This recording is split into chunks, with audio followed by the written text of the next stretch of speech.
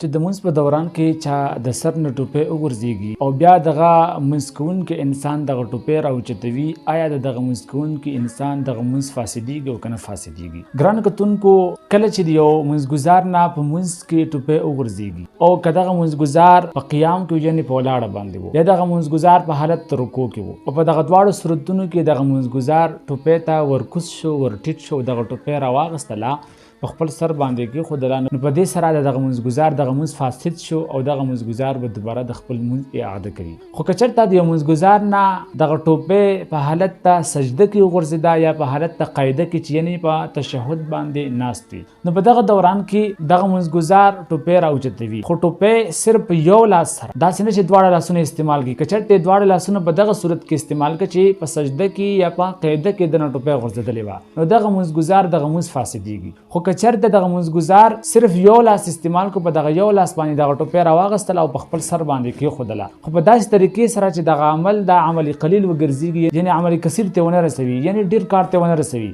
په دې سره د دغه مونځګزار په مونځ کې څه فرق نه رادرومي، خو دغه عمل به په یو رکن کې یعنې په یو سجده کې 3 ځلې نه کوي یا په